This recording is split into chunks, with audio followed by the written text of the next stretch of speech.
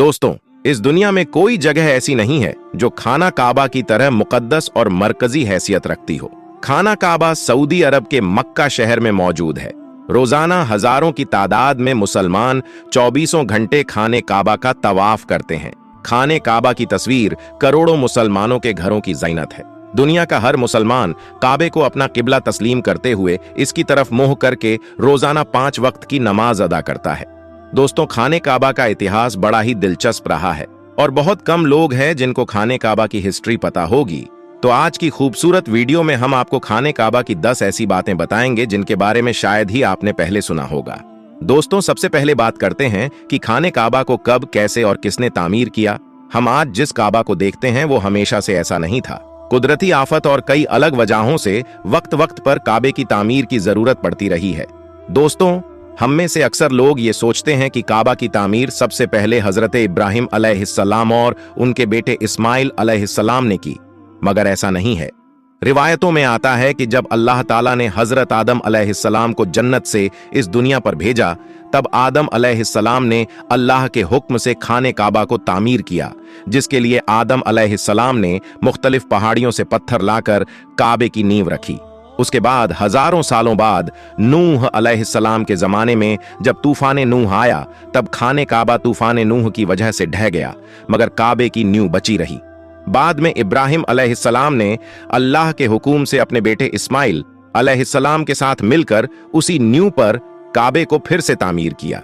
फिर नबी करीम सल्लल्लाहु अलैहि वसल्लम के जमाने में नबूवत से पहले कुरैश वालों ने फिर से खाने काबा को तामीर किया। कुरैश के लोग अक्सर हराम तरीके से पैसे कमाया करते थे, मगर उन्होंने कसम खाई थी कि काबा की तामीर सिर्फ हलाल पैसे से करेंगे, मगर वो पूरी तरह से कामयाब ना हो सके और वसाइल की कमी के कारण काबे की छत का काम अधूरा ही रह गया।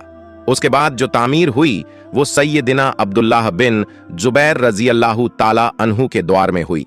फिर आखिरी बार अब्दुल मलिक बिन मरवान के कहने पर हज्जाज बिन यूसुफ ने कुरैश के बनाए हुए काबा को गिराया और उसी नींव पर फिर से खाने काबा को तामीर किया, और आज जो हम खाने काबा को देखते हैं वो उसी वक्त से तामीर किया हुआ है।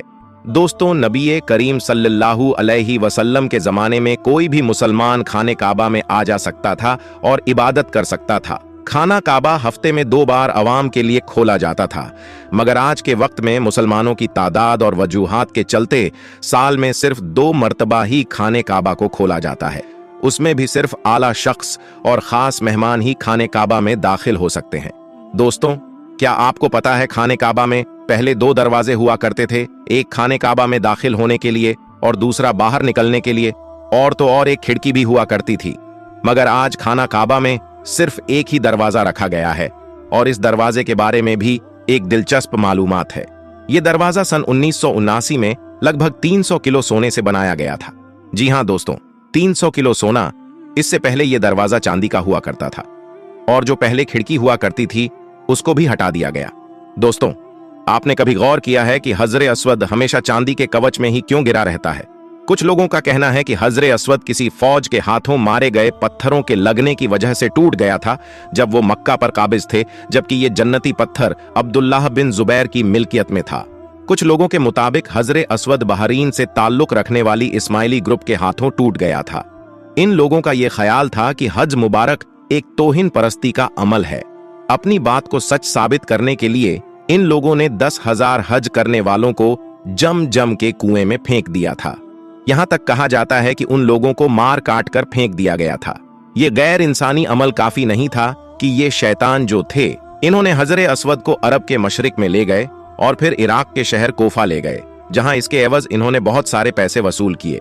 जब इनको मजबूर किया गया था कि वो इसको खलीफा अब्बासिद को वापस कर दे, जब इसे वापस किया गया था तो ये टुकड़ों में था, और इसको ठीक करने के लिए सिर्फ एक ही तरीका समझ आ रहा था कि इसको चांदी के सांचे में रखा जाए। कुछ लोगों के मुताबिक इस मुकद्दस पत्थर के कुछ हिस्से आज भी कहीं गुम है। प्यारे दोस्तों, काबा लफ्ज का मीनिंग होता है क्यूब, यानी ये कह लीजिए चौकोर। मगर क्या आपको पता है, इब्राहिम अलैहिस्सलाम के वक्त काबे के एक साइड का हिस्सा गोल हुआ करता था, जिसे आज हम हतीम के नाम से जानते हैं। हतीम काबे का ही हिस्सा है। इसीलिए आज आप देखते होंगे कि तवाफ करने वाले लोग हतीम के अंदर से ना जाकर बल्कि हतीम के बाहर से ही तवाफ करते हैं।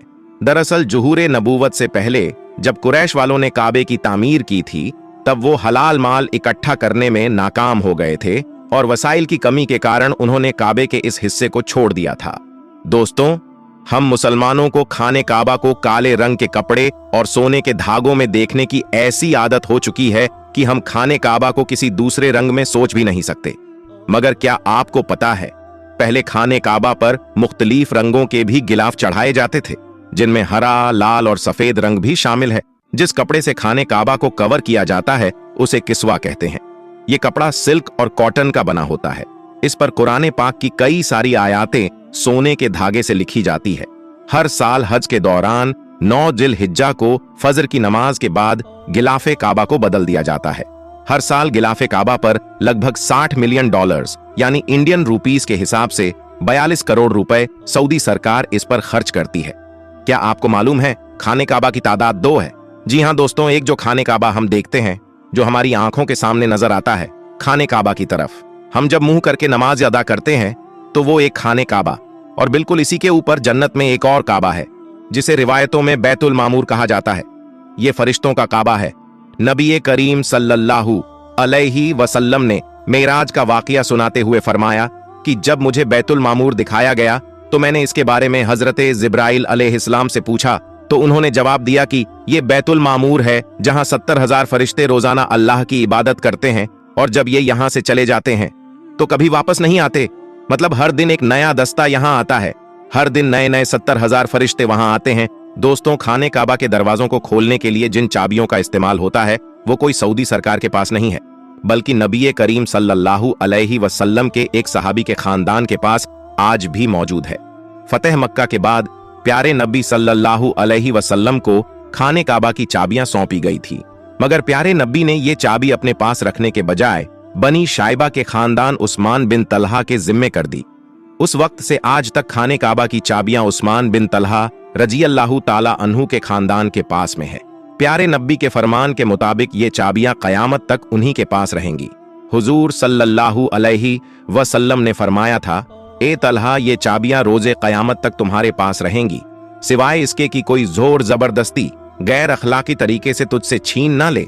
कई सालों तक ये लोग अंदाजा लगाते रहे कि खाना काबा के अंदर से कैसा नजर आता होगा।